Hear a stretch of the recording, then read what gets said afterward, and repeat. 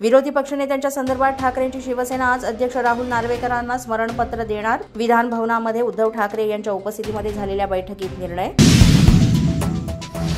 देशभरामधील 25 कोटी कर्मचारी 9 जुलैला संपावर जाणार. विविध 17 मागण्यांसाठी कर्मचाऱ्यांकडून भारत बंदची हाक. बँकिंग, विमा ते कोळसा खाणकाम या महामार्ग आणि बांधकाम क्षेत्रामधील कर्मचारी होणार सहभागी.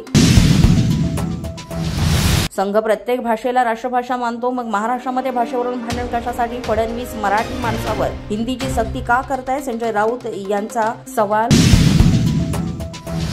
राज्यामध्ये 150 दिवसांच्या उद्दिष्टपूर्ती कार्यक्रमाच्या नंतर मेगा भरती होणार. विधानसभेत एका लक्षवेधीवर माहिती देताना मुख्यमंत्री देवेंद्र फडणवीसांची घोषणा. सरन्यायाधीश भूषण गवईंचा आज विधानमंडळातर्फे सत्कार.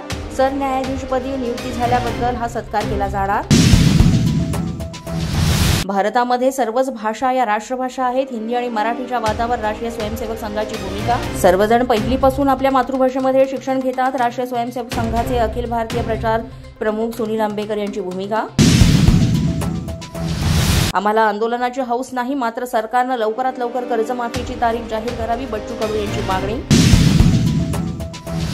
बच्चू कडूंच्या 7/12 कोरा करा या यात्रेची रात्री वाशिमच्या उंबरडा बाजार येथे मुक्काम. आज सकाळी ही यात्रा पुढच्या दिशेनं मार्गक्रमण करणार.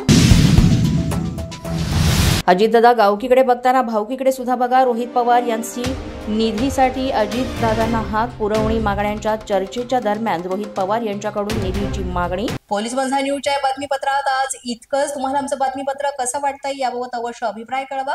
यासाठी पोलीस माझा न्यूजचं युट्यूब चॅनल सबस्क्राईब करा. तसंच आमचं फेसबुक, इंस्टाग्राम आणि ट्विटर अकाउंट फॉलो करा. अधिक माहितीसाठी आमच्या www.policemazhanews.com या वेबसाईटला भेट द्या.